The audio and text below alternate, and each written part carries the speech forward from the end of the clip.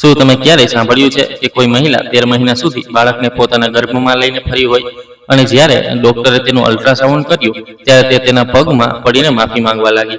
જે વાર્તા તમે સાંભળવા જઈ રહ્યા છો તે છે શ્રદ્ધાની, એક એવી મહિલાની જેને પહેલા તેના પતિએ લાચાર સમજીને ત્યજી દીધી. પછી દુનિયાએ તેને ચારિત્રહીન ગણાવી. જ્યારે તે નિરાધાર બનીને મહિલા આશ્રમમાં રહેવા લાગી ત્યારે તેની સાથે એક એવો ભયંકર બનાવ બન્યો જેના કારણે તેનું આખું જીવન નરક બની ગયું. પરંતુ ખરો આશ્ચર્ય તો ત્યારે થયો જ્યારે આજ મહિલાએ, જેને બધા પાપી સમજતા હતા, તેને 13 મહિના સુધી પોતાના ગર્ભમાં એક બાળકને ઉછેર્યો. એક એવું બાળક જેને ડોક્ટરો પણ ચમત્કાર માનતા હતા. તે રાત્રે શ્રદ્ધા સાથે ખરેખર શું થયું હતું? કોણ હતો તે ક્રૂર માણસ જેને તેનું જીવન બરબાદ કર્યું?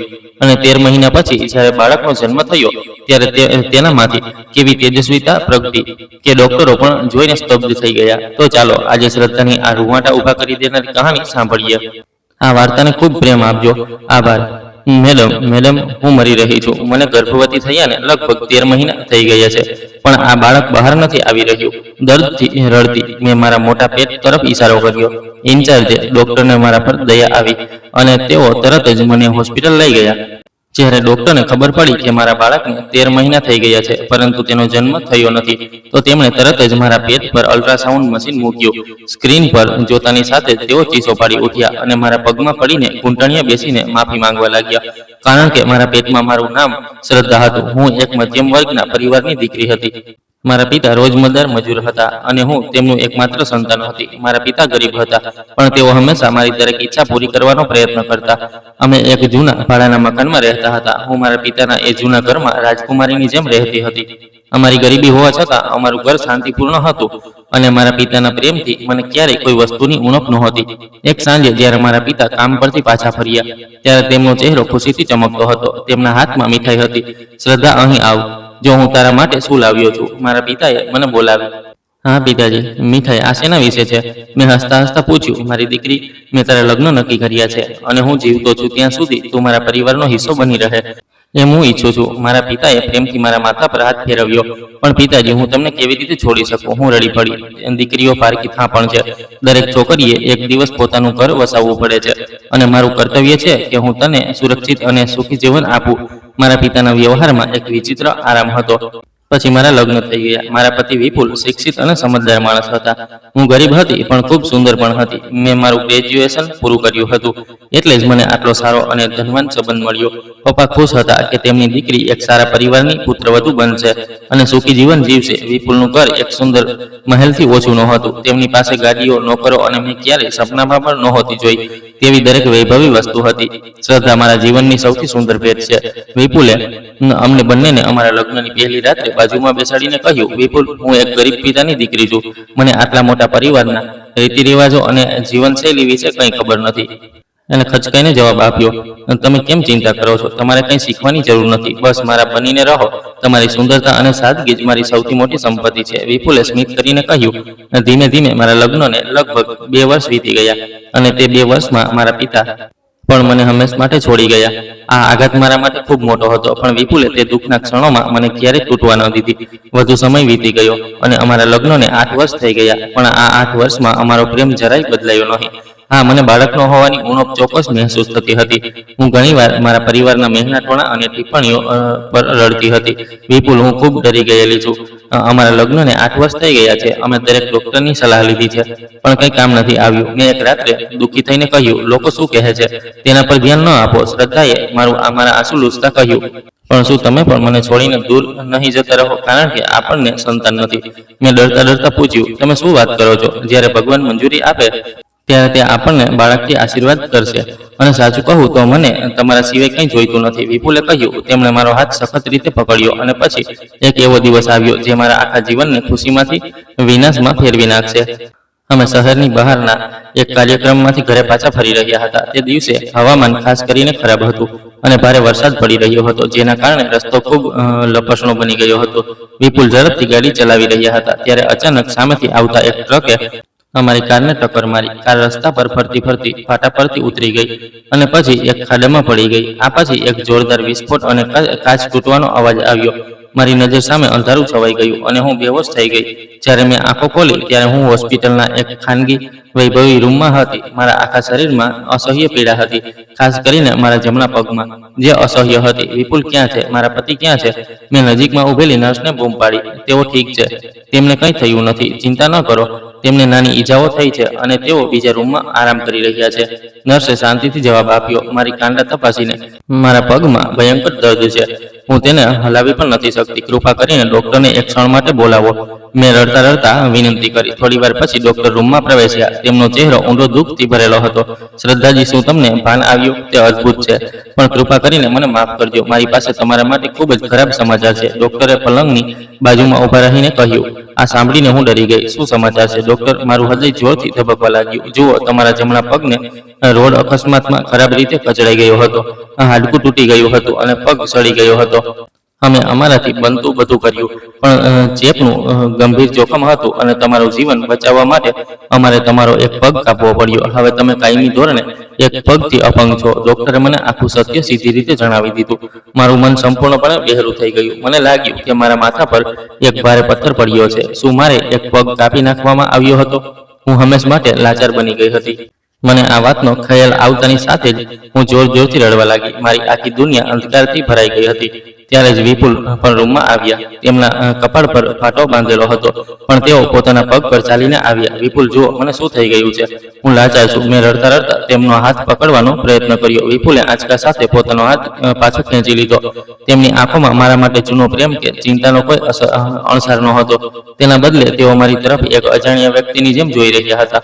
હિંમત રાખો શ્રદ્ધા, જુઓ, જે થવાનું હતું તે થઈ ગયું, તેમણે ઠંડા અને કઠોર સ્વરે કહ્યું. પછી મને કોઈ વધુ દિલાસો આપ્યા વિના તેઓ શાંતિથી રૂમમાંથી નીકળી ગયા. મને પૂરો વિશ્વાસ હતો કે મારા પતિ મને આ હાલતમાં ક્યારેય નહીં છોડે. હું તે હોસ્પિટલના વોર્ડમાં 1 મહિના સુધી પલંગ પર પડી રહી. અસંખ્ય દર્દીઓના અવાજો અને દવાઓની ગંધ મારી આસપાસ છવાયેલા હતા. મારા ઘા સંપૂર્ણપણે રૂજાયા નહોતા અને મને ડિસ્ચાર્જ પણ નહોતું મળ્યું. વિપુલ મને અઠવાડિયામાં એકવાર જોવા આવતા. તેઓ દૂરથી મારા ચહેરા તરફ જોતા અને પછી જતા રહેતા. તેમણે મારી સાથે બેસવાનું કે વાત કરવાનું સંપૂર્ણપણે બંધ કરી દીધું હતું. હું તેમના આ વ્યવહાર પર લોહીના આંસુ રડતી હતી. હું એટલી થાકી ગઈ હતી કે તેમની સાથે દલીલ પણ નહોતી કરી શકતી. જ્યારે નર્સો પસાર થતી ત્યારે તેઓ મારી મજાક ઉડાવતી. આ લંગડી સ્ત્રી અહીંથી ક્યારે જશે? તેનો પતિ પણ તેને જોવા આવતો નથી. એક નર્સે બીજીને કહ્યું. આ શબ્દો સાંભળીને મારો શ્વાસ રૂંધાઈ ગયો. મેં જવાબ આપવાનો પ્રયત્ન કર્યો, પણ મને લાગ્યું કે મારા ગળામાં કાંટો ભોકાઈ રહ્યો છે. પછી એક દિવસ વિપુલ આવ્યા. તેમના હાથમાં એક ફાઇલ હતી. તેઓ સીધા મારા પલંગ પાસે આવ્યા અને ત્યાં ઊભા રહ્યા. શું થયું વિપુલ? તમે આટલા લાંબા સમયથી મને જોવા કેમ નથી આવ્યા? તમે આટલા સમય પછી કેમ આવ્યા છો? મેં દર્દમાં કણસતા પૂછ્યું. આ કાગળો પર સહી કરો શ્રદ્ધા. વિપુલે ફાઇલને મારા પલંગ પર મારી સામે ફેંકી દીધી. મેં આશ્ચર્યથી તેની સામે જોયું. આ કયા કાગળો છે? મેં મારા ઉઘાડા હાથે ફાઇલ ખોલી. તેમાં લખેલા શબ્દો વાંચીને મારી આંખો ફરી એકવાર અંધારાથી છવાઈ ગઈ. તે છૂટાછેડાના કાગળો હતા. તમે આ શું કરી રહ્યા છો વિપુલ? અમે સાથે જીવવા અને મરવાના શપથ લીધા હતા. તમે મને આ હાલતમાં કેવી રીતે છોડી શકો? હું ધ્રુસકે રડી પડી. હું એક લંગડી અને લાચાર સ્ત્રી સાથે મારું જીવન વિતાવી શકતો નથી. વિપુલે નિર્દયતાથી અને ઉદાસીનતાથી જવાબ આપ્યો. મારો પ્રેમ, તારી સુંદરતા, તે તારા માટે હતો. તે તારા અસ્તિત્વ માટે હતો. હવે તું મારા કોઈ કામની નથી, પણ મારા માટે એક બોજ છે. એટલે જ મેં તને છૂટાછેડા આપવાનું નક્કી કર્યું છે.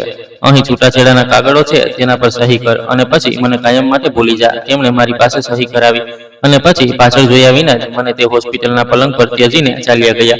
તે દિવસે મારા પર વીજળી પડી હોય તેવું લાગ્યું. હું વિશ્વાસ નહોતી કરી શકતી કે આ એ જ પતિ છે જે મને આટલો પ્રેમ કરતા હતા. મને તે દિવસે સમજાયું કે તેમનો પ્રેમ ફક્ત મારી સુંદરતા માટે હતો.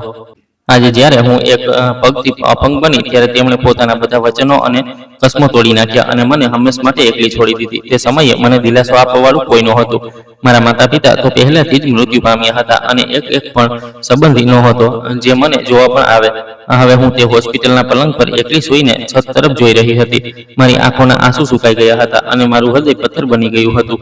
દુનિયાનો ક્રૂર ચહેરો અને વાસ્તવિકતા મારી આંખો સામે ચમકી રહી હતી. થોડા દિવસો પછી મારા ઘા રૂજાઈ ગયા અને હોસ્પિટલે મને રજા આપી દીધી.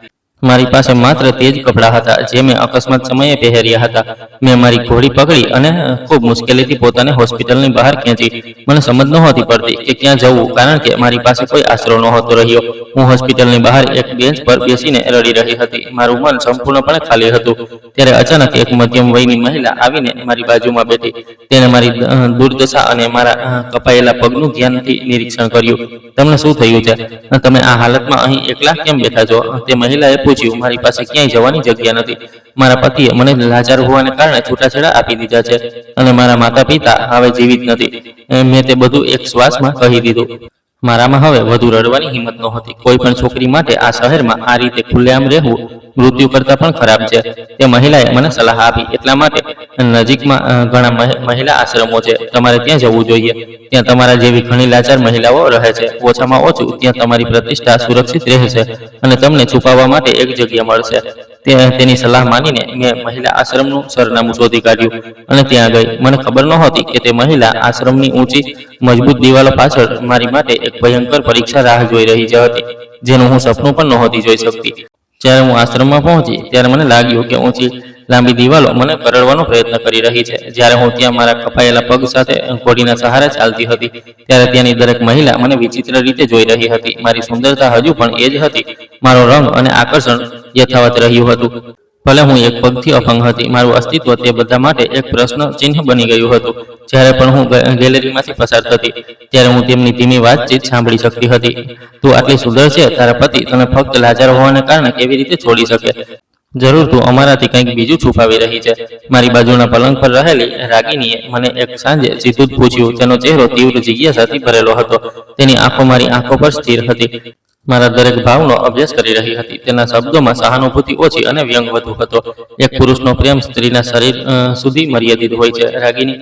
જ્યારે આ અસ્તિત્વ અડધું થઈ જાય છે ત્યારે પ્રેમ પણ ખતમ થઈ જાય છે. છુપાવવા જેવું કંઈ નથી. મેં સ્પષ્ટતાથી જવાબ આપ્યો અને મારો ચહેરો ફેરવી લીધો. મારા અભિવ્યક્તિમાં છુપાયેલી તીક્ષ્ણ અને દર્દને અનુભવીને તે થોડીવાર માટે ચોંકી ગઈ. પણ તો પણ 8 વર્ષનો સંબંધ કોઈ આમ જ તોડી નથી નાખતું. તે કોઈ ભૂલ કરી હશે જેની સજા તેણે તને આ રીતે આપી છે. શિવાની રૂમના બીજા ખૂણેથી ચર્ચામાં જોડાઈ. તેના અવાજમાં એક વિચિત્ર કડવાશ હતી જેણે મારા કાવને વધુ ખંજવાળ્યું. એકમાત્ર ભૂલ એ હતી કે હું એક અકસ્માતનો શિકાર બની, અને જો તમે લોકો હવે પણ મારા પર વિશ્વાસ ન કરતા હો તો મને વધુ પ્રશ્નો પૂછવાનું બંધ કરો. મેં ગુસ્સાથી કહ્યું અને ચૂપચાપ ફરીને મારા પલંગ પર સૂઈ ગઈ. મારી આંખોમાંથી આંસુ પડી રહ્યા હતા, પણ હું તે મહિલાઓની સામે રડવા નહોતી માંગતી. ધીમે ધીમે મેં મારા ભગવાન પર ધ્યાન કેન્દ્રિત કરવાનું શરૂ કર્યું અને હું તેમની નજીક ગઈ. પહેલા પણ મને પ્રાર્થના અને પૂજામાં ખૂબ રસ હતો, પણ હવે હું રાત્રે ધાર્મિક પુસ્તકો વાંચવામાં મારો સમય વિતાવવા લાગી. ક્યારેક હું રાત્રે ઉઠીને હાથ પગ ધોઈને ભગવાન સમક્ષ રામાયણ કે ગીતાનો પાઠ કરવા બેસતી. જ્યારે પણ મારા પર દર્દ હાવી થતું ત્યારે રાતની શાંતિમાં મારા આંસુ વહેતા. ભગવાન, તમે જે ઈચ્છો તે કર્યું છે, પણ હું તમને પ્રાર્થના કરું છું કે મારા જીવનને વધુ મુશ્કેલ ન બનાવો. મને આ મહેનતપણા અને અપમાનથી હંમેશા માટે દૂર રાખો.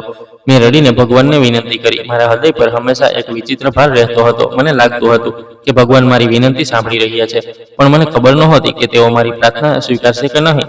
ગાયત્રી મેડમ મહિલા આશ્રમની ઇન્ચાર્જ એક કડક અને નિયમોનું પાલન કરનારી મહિલા હતી.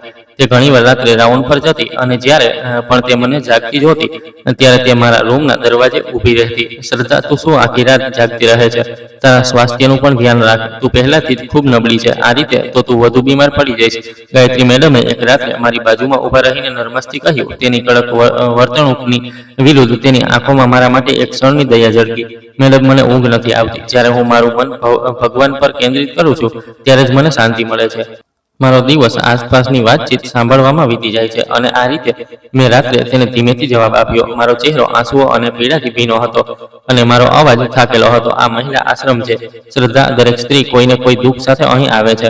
તારે તેમને અવગણતા શીખવું પડશે અને હવે આરામ કરવો પડશે. ગાયત્રી મેડમે મને સલાહ આપી, પછી દરવાજો બંધ કરીને ચાલી ગઈ.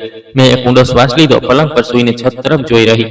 આ મારો રોજિંદો ક્રમ હતો. હું સવારે વહેલી ઉઠીને પ્રાર્થનામાં લાગી જતી.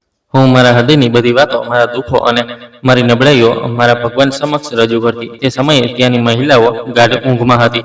દરેક રાત આ રીતે વીતતી. પણ પછી એક એવી રાત આવી જેણે મારું આખું જીવન બદલી નાખ્યું. તે રાત્રે ખૂબ જ ઠંડી હતી અને મહિલા આશ્રમના કોરિડોરમાં ઘોર અંધારું હતું. તે વિસ્તારમાં શોર્ટ સર્કિટના કારણે ટ્રાન્સફોર્મર બળી ગયું હતું, જેના કારણે વીજળી નહોતી. આશ્રમનું જનરેટર પણ તે સમયે ખરાબ હતું. હું હંમેશની જેમ રામાયણ વાંચવા ઉઠી. જેમ હું ઉઠી અને મારા રૂમમાં આવેલા નાના મંદિર તરફ ગઈ ત્યારે મને મારી પાછળ ભારે પગલાંનો અવાજ સંભળાયો.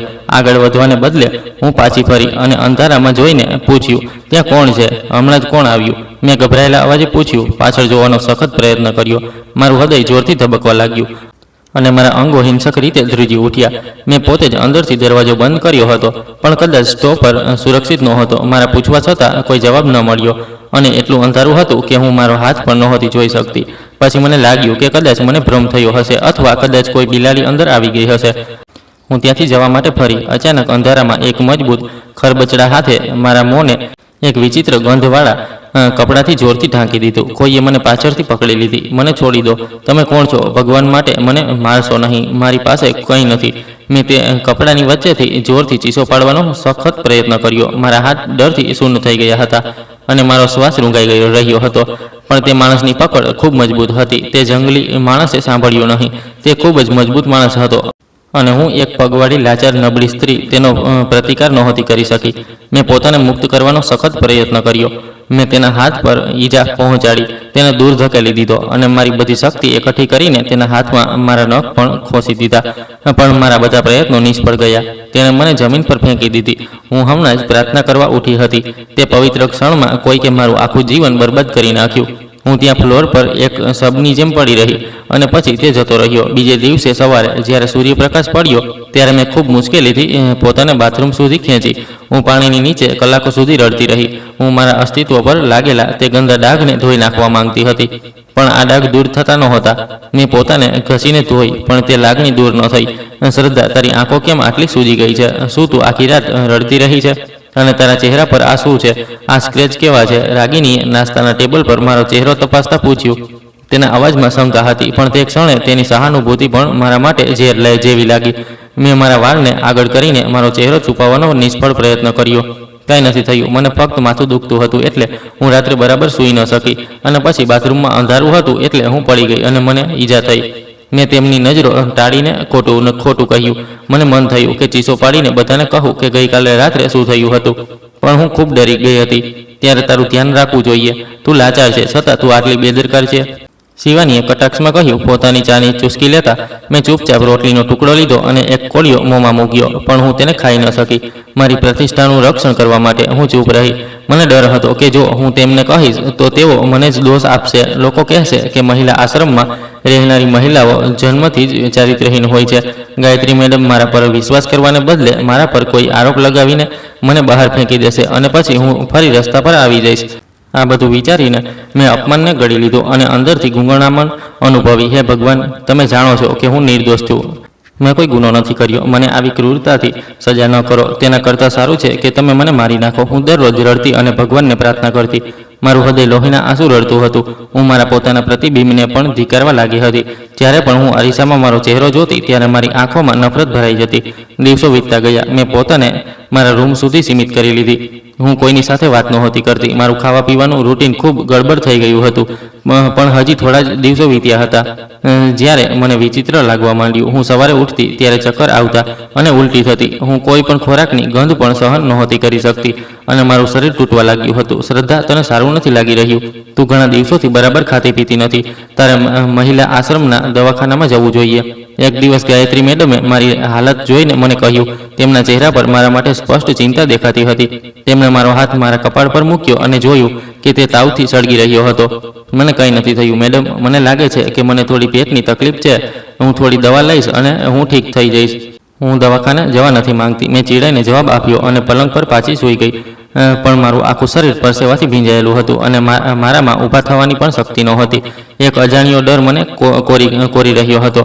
દલીલ ન કર શ્રદ્ધા. રાગીની તેને પકડ અને મારી સાથે દવાખાને આવ.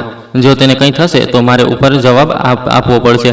ગાયત્રી મેડમે કડક અવાજે આદેશ આપ્યો. હું લાચારીથી રાગીનીના સહારે ઊભી થઈ અને અમે બંને દવાખાના તરફ ગયા. ત્યાંની લેડી ડૉક્ટર નમ્રતાએ મારી સંપૂર્ણ તપાસ કરી. તેમણે મને ઘણા પ્રશ્નો પૂછ્યા જેના જવાબો લગભગ બેજાન હતા. તેમણે મારી નાડી, મારું બ્લડ પ્રેશર તપાસ્યું અને પછી એક નર્સને લોહીની તપાસ કરાવવા સૂચના આપી. લોહીનો નમૂનો લીધા પછી તેમણે મને બહાર રાહ જોવાનું કહ્યું. અડધા કલાકમાં પરિણામ આવી જશે. ડૉક્ટર નમ્રતાએ મને બેસવાનું કહ્યું અને બીજા દર્દીની સારવાર ફરી શરૂ કરી. હું બહાર એક બેન્ચ પર બેસીને વારંવાર ભગવાનને પ્રાર્થના કરી રહી હતી કે હું જે વિચારી રહી છું તે ન થાય, પણ મારું હૃદય ખરાબ સમાચારની આગાહી કરી રહ્યું હતું. થોડીવાર પછી મને અંદર બોલાવવામાં આવી. ડૉક્ટર નમ્રતાનો ચહેરો ગંભીર હતો. તેમની આંખો ગુસ્સાથી ભરેલી હતી. શ્રદ્ધા, તારા ટેસ્ટના પરિણામો આવી ગયા છે અને તું ગર્ભવતી છે, ડૉક્ટરે કડક સ્વરે કહ્યું.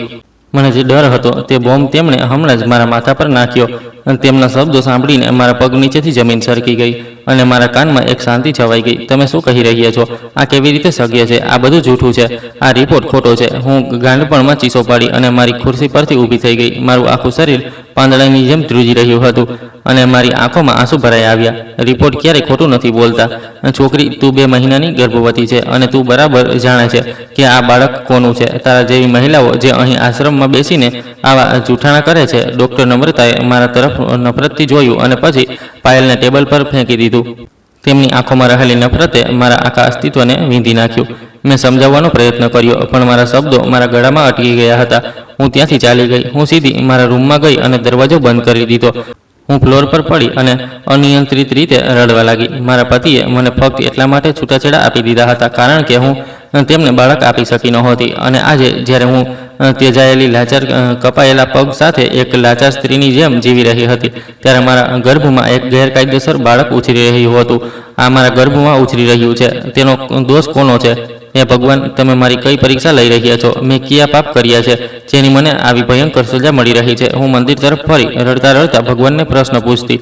મારી આંખો સૂજી ગઈ હતી. આ બાળક મારી પવિત્રતા પર એક ડાઘ છે. હું તેને આ દુનિયામાં આવવા નહીં દઉં. હું ક્યારેય આ ગંદા લોહીને મારા અસ્તિત્વનો ભાગ બનવા નહીં દઉં. હું કોઈના ગેરકાયદેસર બાળકને જન્મ નથી આપી શકતી. મેં મારા પેટ પર પ્રહાર કર્યો. એક ગંભીર નિર્ણય લીધો. મારી આંખોમાં એક વિચિત્ર ગાંઠપણ ભરાઈ ગયું હતું. મેં નક્કી કરી લીધું હતું કે હું કાલે જ કોઈ બહાનું કાઢીને આ જગ્યા છોડી દઈશ. કોઈ પણ ખાનગી ક્લિનિકમાં જઈશ અને આ બાળકથી છુટકારો મેળવીશ, ભલે તેમાં મારો જીવ જાય. આ રાત ખૂબ મુશ્કેલ હતી. હું આખી રાત પડખા ફરતી રહી. ઊંઘ મારાથી દૂર હતી. ફક્ત ભગવાન જાણતા હતા કે હું નિર્દોષ છું. મેં ઈરાદાપૂર્વક આ પાપ નથી કર્યું. મેં સવાર થતાં જ આ બાળકથી છુટકારો મેળવવાનો મક્કમ નિર્ણય કરી લીધો હતો. હું ગાયત્રી મેડમને ખોટું બોલીશ કે મારે હોસ્પિટલ જવાનું છે અને પછી સીધી કોઈ ક્લિનિક તરફ જઈશ. જેમ પ્રકાશ થયો, બહારના એક ધીમા અવાજે મને જગાડી. જ્યારે હું જાગી ત્યારે મેં જોયું કે સૂર્ય ઉગી ગયો હતો. મેં ઊભા થવાનો પ્રયત્ન કર્યો, પણ મારી નજર મારા માથાની નજીક પડેલા એક નાના સ્થિર કાગળના ટુકડા પર પડી. આ કાગળનો ટુકડો અહીં કેવી રીતે આવ્યો? ગઈકાલે રાત્રે અહીં કંઈ નહોતું. મેં મારી જાતને પૂછ્યું. મૂંઝાઈને તે ટુકડો ઉપાડતા મારા રૂમનો દરવાજો અંદરથી બંધ હતો.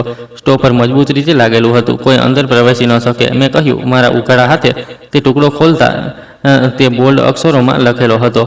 જેમ મેં તે શબ્દો વાંચ્યા, મને લાગ્યું કે મારા પગ નીચેથી જમીન સરકી ગઈ અને મારું હૃદય મારા મોંમાં આવી ગયું. તેમાં સ્પષ્ટપણે લખેલું હતું, તમારે આ બાળકને જન્મ આપવો જ પડશે. જો તમે આ બાળકથી છુટકારો મેળવશો તો તે સારું નહીં થાય.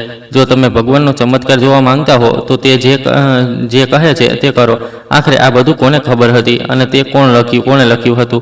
મારા રૂમમાં કોણ આવ્યું હતું? હું જોર જોરથી ધ્રુજી ઉઠી અને ડરના માર્યા તે ટુકડો મારા હાથમાંથી પડી ગયો. આનો અર્થ એ થયો કે કોઈ મારા નિર્ણય વિશે ખૂબ સારી રીતે જાણતું હતું. કોઈક જે દરેક સમયે મારા પર અને મારા દરેક વિચાર પર નજર રાખી રહ્યું હતું. હું ડરથી પરસેવે રેબઝેબ થઈ ગઈ હતી.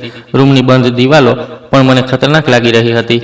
મેં ઝડપથી તે ટુકડાને મારી મુઠ્ઠીમાં બંધ કરી દીધો. તે ટુકડા પરના શબ્દો એક ધમકીથી ઓછા નહોતા અને તેમાં એક વિચિત્ર રહસ્ય પણ છુપાયેલું હતું. મારે બાળકને જન્મ આપવો જ પડશે, નહીં તો સારું નહીં થાય. આ શબ્દો મારા મનમાં ગુંજવા લાગ્યા. મેં જેણે હમણાં જ તે ગેરકાયદેસર અસ્તિત્વને દૂર કરવાનો નિર્ણય કર્યો હતો તે હવે આઘાત અને ડરથી ભરાઈ ગઈ હતી. મેં રૂમની આસપાસ જોયું, પણ મારા સિવાય ત્યાં કોઈ નહોતું. શ્રદ્ધા, દરવાજો ખોલ. આજે તે નાસ્તો પણ નથી કર્યો. શું તને હજી સારું નથી થયું? ગાયત્રી મેડમે મારા રૂમનો દરવાજો જોરથી ઠોક્યો. જોરથી બોલતા તેમનો સ્વર ચિંતા કરતા આશ્રમના નિયમોના અધિકારને વધુ દર્શાવતો હતો. હું ઠીક છું મેડમ, હું થોડી થાકેલી છું. હું થોડી વારમાં બહાર આવીશ. મેં ઝડપથી તે ટુકડો મારા ડ્રોવરમાં મૂકી દીધો અને ગભરાઈને જવાબ આપ્યો. મારા અવાજમાં ડર સ્પષ્ટ હતો અને મારા માટે તેને છુપાવવું અશક્ય હતું. ઝડપથી બહાર આવ. મારે તારી સાથે કંઈક અગત્યની વાત કરવી છે અને મારે તારા મેડિકલ રિપોર્ટ્સ વિશે પણ પૂછવું છે. ગાયત્રી મેડમે દરવાજાની બહારથી મને કડક રીતે આદેશ આપ્યો. તેમના પગલાં દૂર થયા. અને મેં મારા પેટ તરફ, પાછી મારા કપાયેલા પગ તરફ અને ફરી મારા પેટ તરફ જોયું. અંતે ડરીને મેં આ બાળકને જન્મ આપવાનો નિર્ણય કર્યો. તે અજાણ્યા વ્યક્તિનો ડર જેને તે કાગળ લખ્યો હતો અને ભગવાનના ચમત્કારનો ઉલ્લેખ મને આ બાળકને જન્મ આપવા માટે મજબૂર કરી રહ્યો હતો. મેં મારી ઘોડી લીધી અને રૂમમાંથી બહાર નીકળી. કોરિડોરમાં ચાલતી વખતે મને લાગ્યું કે દરેક સ્ત્રીની નજર મારા અસ્તિત્વને વીંધી રહી છે. હવે સુધીમાં આશ્રમની લગભગ દરેક સ્ત્રીને ખબર પડી ગઈ હતી કે હું ગર્ભવતી છું. સાંભળો ગાયત્રી મેડમ, અમે આ ચારિત્રહીન સ્ત્રી સાથે એક જ છત નીચે નથી રહી શકતી. તેણે આશ્રમની બદનામી કરી છે. રાગિનીએ નાસ્તાના ટેબલ પર બધાની સામે ઊભા રહીને જોરથી વિરોધ કર્યો. તેની આંખોમાં મારા માટે તીવ્ર નફરત અને ધિક્કાર સ્પષ્ટ દેખાતા હતા. હા, ચોક્કસ તે ભગવાનની પૂજા કરવાનો ઢોંગ કરે છે, છતાં તે ગેરકાયદેસર બાળકને લઈને ફરે છે. તેને અહીંથી તરત જ બહાર કાઢી મૂકવી જોઈએ. શિવાનીએ રાગિની સાથે જોડાઈને ઝેર ઓગ્યું. બીજી મહિલાએ એકબીજા સાથે વાતો કરવા લાગી અને દરેક જણ મારી તરફ વિચિત્ર રીતે જોવા લાગી. મેં ભારે હૃદયે સાંભળ્યું અને રડી પડી. મારી પાસે પોતાનો બચાવ કરવા માટે કોઈ પુરાવો નહોતો. હું તેમને કેવી રીતે કહી શકું કે હું નિર્દોષ હતી અને રાતના અંધારામાં મારી સાથે કંઈક ખોટું થયું હતું? ચૂપ રહો, આશ્રમના નિર્ણયો હું પોતે લઈશ. તમે લોકો તમારા કામથી કામ રાખો. મેડમ ગાયત્રીએ બધાને ખીજાઈને બૂમ પાડી, પણ પછી તેમણે મારી તરફ ઠંડા સ્વરે જોયું. તેમની આંખોમાં મારા માટે કોઈ સહાનુભૂતિ બાકી નહોતી. તેના બદલે ગુસ્સો હતો. મેડમ, મારા પર વિશ્વાસ કરો, હું નિર્દોષ છું. મેં કોઈ પાપ નથી કર્યું. મારી સાથે ખોટું થયું છે. મેં રડતા રડતા હાથ જોડીને તે બધાને વિનંતી કરી. મારા ગાલ પર આંસુ વહેતા હતા, પણ ત્યાં એક પણ હૃદયમાં મારા માટે દયાનો એક ટીપું નહોતું. બસ શ્રદ્ધા, અમને તારી ખોટી વાતોથી પાગલ ન કર. તારા જેવી મહિલાઓ હંમેશા પોતાની ભૂલો છુપાવવા માટે આવા બહાના શોધે છે. ગાયત્રી મેડમે મને નિર્દયતાથી વચ્ચેથી કાપી નાખી અને પછી નિર્ણાયક સ્વરે વાત કરી. તેમના તીક્ષ્ણ શબ્દોએ મારા હૃદયને ટુકડા કરી નાખ્યા. આજથી તને તારા રૂમમાં બંધ રહેવું પડશે. કોઈ મહિલા તારી સાથે વાત નહીં કરે અને તું કોઈની પાસે નહીં જાય. ગાયત્રી મેડમે મને એકલી રહેવાનો આદેશ આપ્યો અને પછી ચાલી ગઈ. હું ત્યાં આંસુ વહાવતી મારી ઘોડી પર ટેકાયેલી ઊભી રહી, જ્યારે બધી મહિલાઓ મને ધિક્કારથી જોઈ રહી હતી. આ દુઃખદાયક દિવસો આ રીતે વીતી ગયા. મેં પોતાને સંપૂર્ણપણે મારા રૂમમાં બંધ કરી દીધી. હું હવે ફક્ત ભગવાનના શરણે હતી. હું તેમની સામે કલાકો સુધી બેસી રહેતી, રડતી અને ફરિયાદ કરતી. મારા શરીરમાં થતા ફેરફારો સ્પષ્ટપણે દેખાતા હતા. મારું પેટ સ્પષ્ટપણે બહાર નીકળી આવ્યું હતું અને ચાલવું પણ વધુને વધુ મુશ્કેલ બની રહ્યું હતું. તારું પેટ દરરોજ ફૂલી રહ્યું છે. લાગે છે કે તારા પાપનો બોજ ખૂબ વધારે છે. એક દિવસ કોરિડોરમાંથી પસાર થતી વખતે શિવાનીએ મને જોરથી મેણું માર્યું. તેના શબ્દો સાંભળીને નજીકમાં ઊભેલી અન્ય મહિલાઓ હસી પડી. મેં મારું માથું ઝુકાવ્યું અને ઝડપથી મારા રૂમમાં ગઈ. હું રડી રડીને થાકી ગઈ હતી. દરેક દિવસ મારા માટે એક નવી મુશ્કેલી લઈને આવતો હતો. આ રીતે 9 મહિના વીતી ગયા. 9 મહિનાના અંતે મેં વિચાર્યું કે આ ભયાનક સમયગાળો હવે સમાપ્ત થવાનો છે. મેં પ્રસવ પીડા અને હોસ્પિટલની મુલાકાત માટે પોતાને પહેલેથી જ તૈયાર કરી લીધી હતી. 9 મહિના પૂરા થઈ ગયા. હવે તું આ પાપને દુનિયામાં લાવીશ. શું તારી પાસે હજી કોઈ બહાના બાકી છે? રાગિનીએ મારા દરવાજા પાસેથી પસાર થતી વખતે મને મહેણું માર્યું, જે મારા હૃદયમાં તીરની જેમ વાગ્યું. પણ મને હવે આ અગવડતાની આદત પડી ગઈ હતી. હું આખી રાત જાગતી રહેતી, આશા રાખતી કે મને પ્રસવ પીડા શરૂ થશે, પણ કંઈ ન થયું. બીજા દિવસે સવારે, પછી બીજા અઠવાડિયે, પછી આખો મહિનો, 10 મહિના વીતી ગયા હતા, પણ મારા બાળકનો જન્મ થયો નહોતો. હું મૂંઝાઈ ગઈ હતી, વિચારતી હતી કે શું થઈ રહ્યું છે. મેં ડૉક્ટરને વિનંતી કરી, પણ ગાયત્રી મેડમે તેના પર ધ્યાન ન આપ્યું. આ કેવા પ્રકારનું બાળક છે જે જન્મવાના કોઈ સંકેત પણ નથી બતાવતું? 10 મહિના વીતી ગયા છે. શું તને કોઈ સમસ્યા છે? જ્યારે હું પાણી લેવા બહાર ગઈ ત્યારે શિવાનીએ મારી સામે તિરસ્કારભર્યા ચહેરા સાથે પૂછ્યું. હું પરિસ્થિતિ વિશે અવિશ્વસનીય રીતે ગભરાયેલી હતી, પણ મારી પાસે કોઈ માટે કોઈ જવાબ નહોતો. હું સમજી નહોતી શકતી કે મારું શરીર કેમ દુખતું હતું, છતાં મને પ્રસવના કોઈ લક્ષણો નહોતા દેખાતા. મેં મારા આંસુ રોકવાનો સંઘર્ષ કર્યો અને પછી ધીમેથી જવાબ આપ્યો. મારા કપાયેલા પગ પર મારું ભારે અસ્તિત્વ સહન કરવું વધુને વધુ મુશ્કેલ બની રહ્યું હતું. 10 મહિના 11 બન્યા અને પછી 12. હવે આખું 1 વર્ષ વીતી ગયું હતું. આશ્રમની મહિલાઓ, જેઓ પહેલાં મારી સાથે મહેણા મારતી આંખોથી વાત કરતી હતી, તે હવે વધુ ગભરાઈ રહી હતી. તેઓ મારાથી દૂર રહેવા લાગ્યા. તેમને લાગ્યું કે મારા પર કોઈ દુષ્ટ આત્માનો કબજો છે અથવા મારી અંદર કંઈક ખતરનાક ઉછરી રહ્યું છે. આ સ્ત્રીને અહીંથી બહાર કાઢો. ગાયત્રી મેડમ, આ કોઈ સામાન્ય વ્યક્તિ નથી. તેને 1 વર્ષથી વધુ સમય થઈ ગયો છે અને તે હજી પણ ગર્ભવતી છે. રાગિની ગાયત્રી મેડમની ઓફિસમાં ગઈ અને મોટો હોબાળો મચાવ્યો. તેના ચહેરા પર ડર સ્પષ્ટપણે દેખાતો હતો અને તે મારાથી એક વિચિત્ર ભય અનુભવી રહી હતી તેવું લાગતું હતું. મને પણ આશ્ચર્ય થયું કે આ બધું શું હતું. ઘણો સમય થઈ ગયો છે. તબીબી વિજ્ઞાને ક્યારેય સાંભળ્યું નથી કે કોઈ મહિલા 12 મહિના સુધી ગર્ભવતી હોય. ગાયત્રી મેડમે પોતાના માથાને પકડીને દુઃખ સાથે કહ્યું, તે કંઈ સમજી નહોતી શકતી, પણ તે આશ્રમની બદનામીના ડરથી મને કોઈ મોટી હોસ્પિટલમાં મોકલવાથી ડરતી હતી. ધીમે ધીમે દિવસો વીતતા ગયા અને પછી 13મો મહિનો આવ્યો, પણ મારા બાળકનો જન્મ નહોતો થયો. મારી હાલત હવે સારી નહોતી. મારું શરીર ખૂબ નબળું પડી ગયું હતું અને મારું પેટ હદ બહાર વધી ગયું હતું. મને શ્વાસ લેવામાં ખૂબ મુશ્કેલી પડતી હતી અને હું આખો દિવસ પલંગ પર પડી રહેતી હતી. મારી અંદરનું તે અસ્તિત્વ ન તો હલતું હતું કે ન તો મને કોઈ અગવડતા પહોંચાડતું હતું. તે માત્ર એક વિચિત્ર પથ્થર જેવું વજન હતું જે દરરોજ મોટું થઈ રહ્યું હતું. 13 મહિના વીતી ગયા હતા. ગાયત્રી મેડમ, ભગવાન માટે કૃપા કરીને મને હોસ્પિટલ લઈ જાઓ. હું હવે સહન નથી કરી શકતી. હું મરી રહી છું. પીડા અને યાતનામાં રડતી મેં હાથ જોડીને ગાયત્રી મેડમને પ્રાર્થના કરી. મારું આખું શરીર પરસેવાથી લથબથ હતું અને મારી નજર સામે અંધારું છવાઈ ગયું હતું. ઠીક છે, તૈયાર થઈ જાઓ, હું એમ્બ્યુલન્સ બોલાવું છું. આ મામલો હવે આશ્રમમાં છુપાવી શકાય તેમ નથી. ગાયત્રી મેડમે આખરે હાર માની લીધી અને એમ્બ્યુલન્સ બોલાવી. તેમના ચહેરા પર ડરનો એક ભયંકર ભાવ દેખાયો અને તેઓ મારી નજર ટાળવા લાગ્યા. જ્યારે મને સ્ટ્રેચર પર એમ્બ્યુલન્સમાં લઈ જવામાં આવી રહી હતી ત્યારે આશ્રમની અન્ય મહિલાઓ દૂર ઊભી રહીને મને જોઈ રહી હતી. તેમની આંખોમાં હવે કટાક્ષની જગ્યાએ એક વિચિત્ર ગભરાહટ આવી ગયો હતો. હું પણ ડરીને હોસ્પિટલ ગઈ, વિચારતી રહી કે મારી સાથે શું થઈ રહ્યું છે. દરેકનું બાળક 9 મહિનામાં જ જન્મે છે, પણ હું 13 મહિનાથી ગર્ભવતી છું. મારું મન સંપૂર્ણપણે ખાલી થઈ ગયું હતું અને પછી મને તે ટુકડો યાદ આવ્યો જેના પર લખેલું હતું, ભગવાનનો ચમત્કાર જુઓ. આ દર્દીની હાલત ખૂબ વિચિત્ર છે. તેનો ઇતિહાસ શું છે? ઇમરજન્સી રૂમમાં હાજર ડૉક્ટરે મને જોતાની સાથે જ ગાયત્રી મેડમને ઝડપથી પૂછ્યું. જેમ ડૉક્ટરે મારા પેટની તપાસ કરી, તેમના ચહેરા પર સંપૂર્ણ આઘાતનો ભાવ દેખાયો. ડૉક્ટર, તે મહિલા આશ્રમની રહેવાસી છે અને સૌથી આશ્ચર્યજનક બાબત એ છે કે તે 13 મહિનાથી ગર્ભવતી છે. ગાયત્રી મેડમને ખચકાઈને આખું સત્ય જાહેર કર્યું. ગાયત્રી મેડમના શબ્દો સાંભળીને ડૉક્ટરના હાથ થંભી ગયા અને તેમણે મારી તરફ એવી રીતે જોયું જાણે હું બીજી દુનિયામાંથી આવી હોઉં. 13 મહિના અશક્ય છે. શું તમે મજાક કરી રહ્યા છો? તબીબી ઇતિહાસમાં ક્યારે આવો કેસ આવ્યો નથી. ડૉક્ટરે ગુસ્સા અને આશ્ચર્ય સાથે ગાયત્રી મેડમને ઠપકો આપ્યો. તેમની આંખોમાં સ્પષ્ટપણે અવિશ્વાસ દેખાતો હતો. તે આ વાત સ્વીકારવા તૈયાર નહોતી. તે સાચું છે ડૉક્ટર મેડમ. જો તમે ઈચ્છો તો મારા પર બધા ટેસ્ટ કરાવી શકો છો. હું આ 13 મહિનાથી આ બોજ લઈને ફરી રહી છું. કૃપા કરીને મને આ મુશ્કેલીમાંથી બહાર કાઢો. મેં ધ્રુજતા અવાજમાં રડતા રડતા ખૂબ મુશ્કેલીથી તેમને સત્ય કહ્યું. મારું શરીર પલંગ પર બેચેન પડ્યું હતું અને હું હમણાં જ માનસિક રીતે આ ચમત્કારના સાક્ષી બનવા માટે પોતાને તૈયાર કરવા લાગી હતી. તરત અલ્ટ્રાસાઉન્ડ કરો અને ઇમરજન્સી કોલ પર અન્ય વરિષ્ઠ ડૉક્ટરોને બોલાવો. આ કેસ ખૂબ વિચિત્ર અને ગંભીર લાગે છે. ડ્યુટી પરના ડૉક્ટરે પોતાના કપાળ પરનો પરસેવો લૂંછતા નર્સને સૂચના આપી. તેમનો ભાવ ગુસ્સાને બદલે આશ્ચર્ય અને જિજ્ઞાસા દર્શાવતો હતો. પછી મને અલ્ટ્રાસાઉન્ડ રૂમમાં ખસેડવામાં આવી. રૂમમાં એક અજીબ શાંતિ છવાઈ ગઈ. નર્સે મારા પેટ પર ઠંડી જેલ લગાવી અને પછી ડૉક્ટરે મારા પેટ પર અલ્ટ્રાસાઉન્ડ મશીનનો પ્રોબ મૂક્યો. મશીનની સ્ક્રીન ચાલુ હતી. ડૉક્ટર, શું આ બાળક જીવિત છે કે અંદર મરી ગયું છે? 13 મહિના લાંબો સમય છે. ગાયત્રી મેડમે ડરતા ડરતા ડૉક્ટરને પૂછ્યું, જેઓ વિશાળ આંખોથી સ્ક્રીન તરફ જોઈ રહ્યા હતા. રૂમમાંની ઠંડી હવા મને ઊંડે સુધી ડંખ મારતી રહી હતી અને મારી નજર ડૉક્ટરના ચહેરા પર સ્થિર હતી. ડૉક્ટરે જવાબ ન આપ્યો. તેના બદલે તે પથ્થરની જેમ સ્ક્રીન તરફ જોઈ રહ્યા હતા.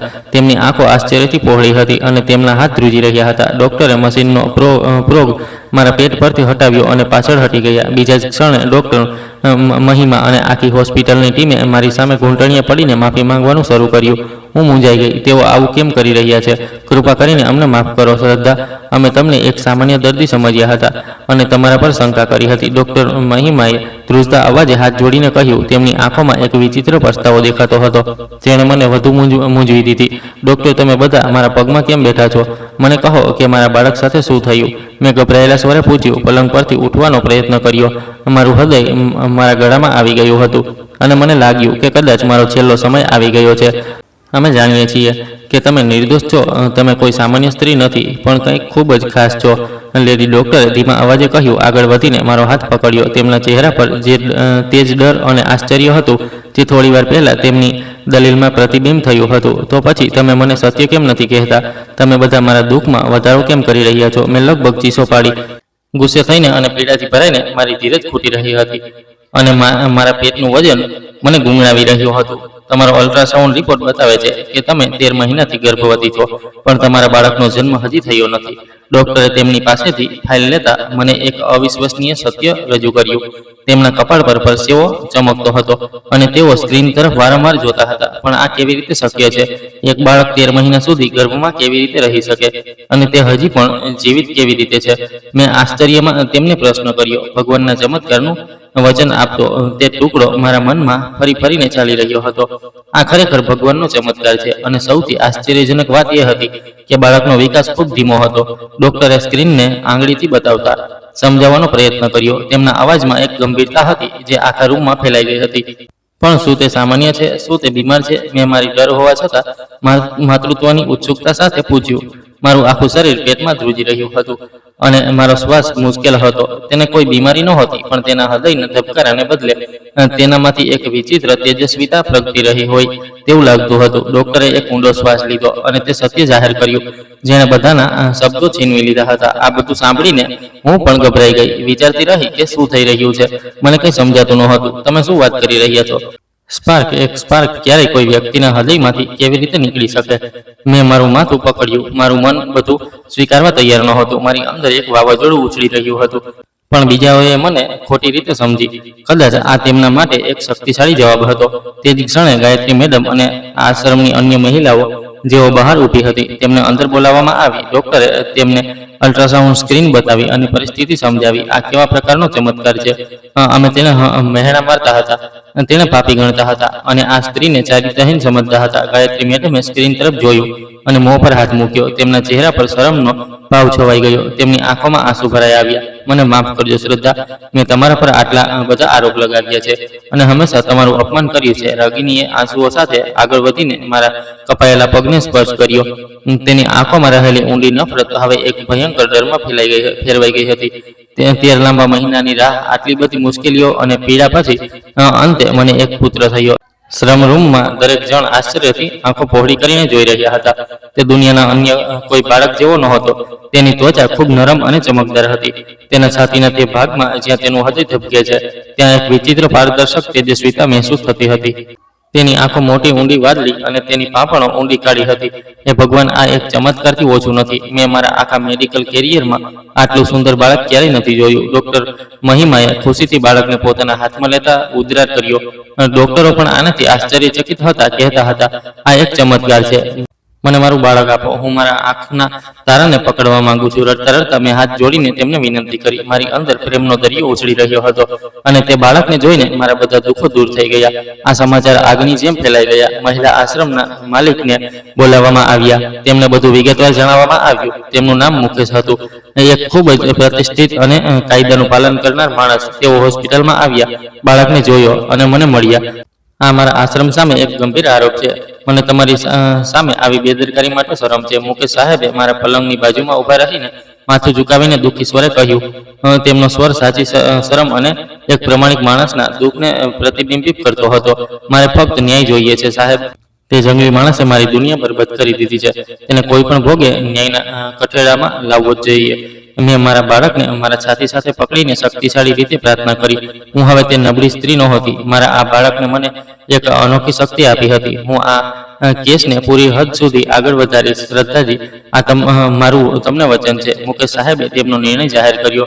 તેમની મુઠ્ઠીઓ સખત રીતે બંધ હતી. તેમની આંખોમાં તે જંગલી માણસ માટે તીવ્ર ગુસ્સો ભરેલો હતો જેણે તેમના આશ્રમની આવી બદનામી કરી હતી. આશ્રમના બાકીના સ્ટાફ, જેમાં વોચમેન, ડ્રાઈવરો અને વહીવટી સ્ટાફનો સમાવેશ થતો હતો, તે બધાના DNA ટેસ્ટ કરવામાં આવ્યા. મુકેશ સાહેબે પોલીસને કડક સૂચના આપી કે તપાસમાં કોઈ કસર ન છોડવી. સખત તપાસ અને રાહ જોયા પછી DNA રિપોર્ટ આખરે લેબોરેટરીમાંથી આવ્યો. મુકેશ સાહેબ તેને હોસ્પિટલમાં મારી પાસે લાવ્યા. શ્રદ્ધાજી, તમારો ગુનેગાર પકડાઈ ગયો છે. પણ જે સત્ય બહાર આવ્યું છે તે મારા માટે મૃત્યુથી ઓછું નથી. તેમણે ભારે અવાજે કહ્યું. ધ્રુજતા હાથે રિપોર્ટ મને આપ્યો. તેમનો ચહેરો સંપૂર્ણપણે નિશ્ચિત થઈ ગયો હતો અને તેમની આંખોમાં અપાર પીડા અને લાચારીના આંસુ ભરાઈ આવ્યા હતા. કોણ છે તે માણસ જેણે મારું જીવન બરબાદ કર્યું? મને તરત તેનું નામ કહો. મેં ગુસ્સાથી બોલતા તેમના હાથમાંથી રિપોર્ટ આતુરતાથી છીનવી લીધો. મારું લોહી ઉકળી ઉઠ્યું હતું. મારું હૃદય બદલો લેવાની ભાવનાથી સળગી રહ્યું હતું. તે જાનવર બીજો કોઈ નહીં પણ મારો પોતાનો ભાઈ રવિ હતો. તે રાત્રે તે દારૂ પીધેલો દિવાલ કૂદીને અંદર આવ્યો હતો. મુકેશે પોતાના ચહેરાને હાથોમાં છુપાવ્યો અને બાળક જેમ રડવા લાગ્યા. આ મહિલા આશ્રમના માલિકના ભાઈ સાથે ડીએનએ મેચ થઈ ગયો હતો અને આ ખુલાસો બધા માટે આઘાતજનક હતો. હું તેને બિલકુલ નહીં છોડું, ભલે તે તમારો પોતાનો લોહી હોય, મેં ઠંડા સ્વરે જાહેર કર્યું. રિપોર્ટને સખત રીતે પકડતા મેં તેની સામે પૂરી કાર્યવાહી કરી હતી. હું નહોતી ઈચ્છતી કે મારી સાથે જે થયું તે આશ્રમમાં બીજી કોઈ મહિલા સાથે થાય, કારણ કે આશ્રમનો ઘણીવાર મહિલાઓની લાચારી અને અસહાયતાનો લાભ લઈને તેમની વિરુદ્ધ આવા નીચ કૃત્યો કરે છે. મુકેશે પણ પોતાના ભાઈને ટેકો ન આપ્યો અને તેને પોલીસના હવાલે કરી દીધો. હવે જે બધાએ મને દોષ આપ્યો હતો અને મારા પર આરોપ લગાવ્યો હતો, તેઓ મને એક સારી સ્ત્રી, ભગવાનની નજીક અને એક વિશેષ સ્ત્રી તરીકે જોવા લાગ્યા. આ નિવેદનને અનુસરીને અને બાળકના જન્મ પાછળનું સત્ય જાણવા માટે શહેરના સૌથી સક્ષમ ગુરુ હોસ્પિટલમાં આવ્યા. તેમણે રૂમમાં પ્રવેશ કર્યો અને તે ચમત્કારિક બાળકને જોયો. ગુરુજી, શું આ જાદુ છે?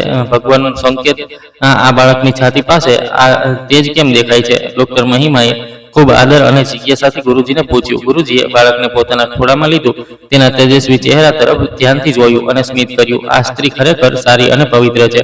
તેની સાથે જે થયું તે ભગવાનની આંખો સામે થયું.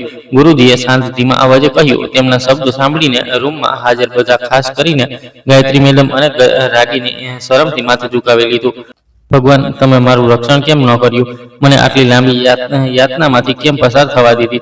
મેં રડતા રડતા ગુરુજીને મારા અંદરના ભાર વિશે જણાવ્યું. મારી આંખોમાંથી ગુસ્સા અને પીડાના આંસુ વહી રહ્યા હતા. ભગવાને તમને આવું બાળક આપીને તમારી પવિત્રતા લોકો સક્ષમ બતાવવા અને તમારા સન્માનને વધારવા માટે આશીર્વાદ આપ્યા છે. ગુરુજીએ પ્રેમથી મારા માથા પર હાથ મૂક્યો અને મારી ફરિયાદનો જવાબ આપ્યો. તેમના અવાજમાં એક ઊંડો આરામ હતો, જેણે મારા હૃદયના બધા ઘા રૂજાવી દીધા. અને આ તેજ જે તેની છાતી પાસે દેખાય છે, તેનાથી કોઈ નુકસાન થશે? મુકેશ સાહેબ ગુરુજી પાસેથી આ વિચિત્ર ચમત્કારનું સત્ય જાણવા માંગતા હતા. તેમના ચહેરા પર પણ બાળકના માટે એક વિશેષ પ્રેમ પ્રતિબિંબિત થતો હતો. આ બાળક જ્યાં પણ જશે ત્યાં ખુશીઓ ફેલાવશે. આ તેજ તેની શક્તિનું પ્રતીક છે. ગુરુજીએ બાળકના કપાળને ચૂમતા કહ્યું. આ સાંભળીને મારી છાતી ગર્વથી ફૂલી ગઈ અને મારા બાળકે મારા તરફ જોઈને સ્મિત કર્યું. આ બાળક ફક્ત તે સ્ત્રી માટે જ નહીં, પણ તેની આસપાસના દરેક માટે ખુશીનો સંદેશ છે. ગુરુજીએ બાળકને મને સોંપીને પોતાનું વક્તવ્ય પૂરું કર્યું.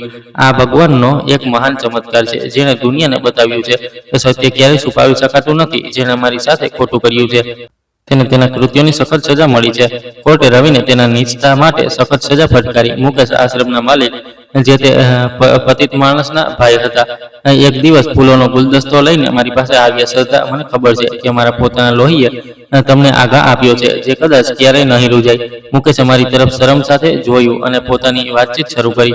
તેમનો સ્વર હજી પણ તેમના જૂના પસ્તાવાને પ્રતિબિંબિત કરતો હતો, જો કે તેમાં કોઈ વાંક નહોતો. તમે મને ન્યાય અપાવ્યો છે મુકેશ, તમે આ પાપમાં સહભાગી નહોતા. નહીં, મારા અંદરનો બધો ગુસ્સો તે બાળકના સ્મિતથી ઓગળી ગયો હતો. તેઓ મારા માટે એક પ્રસ્તાવ લાવ્યા હતા અને કહ્યું કે તેઓ બાળકને દત્તક લેવા માંગે છે, તેને પોતાનું નામ આપવા માંગે છે. તેમણે અચાનક તેમના હૃદયની લાગણીઓ મને એટલી ગંભીરતાથી વ્યક્ત કરી કે હું સ્તબ્ધ થઈ ગઈ. મારા મોંમાંથી શબ્દો નહોતા નીકળતા. પણ તમને મારા જેવી એક પગવાળી છૂટાછેડા લીધેલી સ્ત્રી સાથે લગ્ન કરવાની જરૂર કેમ લાગી? મેં મારા પગ તરફ જોઈને ખચકાઈને તેમને પૂછ્યું. મારા તૂટેલા શ્વાસને કારણે હું કોઈ નવા સંબંધમાં પ્રવેશતા અટકાવી રહી હતી. તમારા જેવી પવિત્ર સ્ત્રીના પતિ બનવાનું મારું સદભાગ્ય હશે. મને તમારા જીવનનો એક ભાગ બનવાની તક આપો. તેમણે પ્રમાણિકતા અને પ્રેમથી કોઈ ઢોંગ વિના પ્રાર્થના કરી. મહિલા આશ્રમની બધી મહિલાઓ અને ગાયત્રી મેડમે પણ મને આ પ્રસ્તાવ સ્વીકારવાની સલાહ આપી. બધાના આગ્રહ સામે મેં તેમની સાથે લગ્ન કરી લીધા. તેમણે દરેક વચન પાળ્યું. મુકેશજીએ માત્ર મારું સન્માન જ ન કર્યું, પણ મારા દીકરાને પણ પોતાના લોહીના સંબંધની જેમ અપનાવ્યો. હવે હું આ મહિલા આશ્રમનું સંચાલન કરું છું. હું સંપૂર્ણ કાળજી રાખું છું કે આશ્રમની દરેક મહિલા સંપૂર્ણપણે સુરક્ષિત રહે. મેં ત્યાં નિયમો કડક કર્યા છે, જેથી મારી સાથે જે થયું તેવું ક્યારેય કોઈ મહિલા સાથે ન થાય. હવે હું પોતે રાત્રે ઘણીવાર ત્યાં નિરીક્ષણ માટે જાઉં છું. મારી સાથે જે બન્યું હતું તેના માટે ભગવાને મને એક મોટો પુરસ્કાર આપ્યો છે. મારો પુત્ર હજી પણ ભગવાનના સૌથી ખાસ બાળક તરીકે ગણાય છે, જેને જોઈને લોકો તેમના બધા દુઃખો ભૂલી જાય છે. પણ એક પ્રશ્ન હજી પણ રહસ્ય બનીને રહ્યો છે. તે કાગળનો ટુકડો કોણે મૂક્યો હતો? અને આ બાળક એક ચમત્કાર છે, તે કોને અગાઉથી ખબર હતી? તો મિત્રો, તમે અમારી વાર્તા કયા શહેરથી સાંભળી રહ્યા છો? અને જો તમને તે ગમ્યું હોય તો કૃપા કરીને અમને ટિપ્પણીઓમાં જવાબ જણાવો. આ વિડીયોને લાઇક, શેર અને હાઈપ આપો. ઉપરાંત ચેનલને સબસ્ક્રાઇબ કરવાનું ભૂલશો નહીં. અને જો તમને મારા પ્રયત્નો ગમતા હોય તો કૃપા કરીને મને સુપર થેન્ક્સ આપીને તમારો પ્રેમ અને ટેકો બતાવો, જેથી હું તમારા માટે આવી અદ્ભુત વાર્તાઓ લાવવાનું ચાલુ રાખી શકું.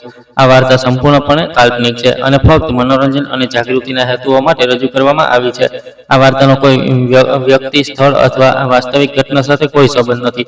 વાર્તામાં દર્શાવવામાં આવેલા બધા પાત્રો અને ઘટનાઓ કાલ્પનિક છે. આ વિડીયોનો હેતુ કોઈની લાગણીઓને ઠેસ પહોંચાડવાનો, અંધશ્રદ્ધા ફેલાવવાનો અથવા કોઈ વ્યક્તિ, સંગઠન અથવા સમુદાયને ખોટી રીતે રજૂ કરવાનો નથી. દર્શકો, કૃપા કરીને આને ફક્ત એક વાર્તા તરીકે જ જુઓ.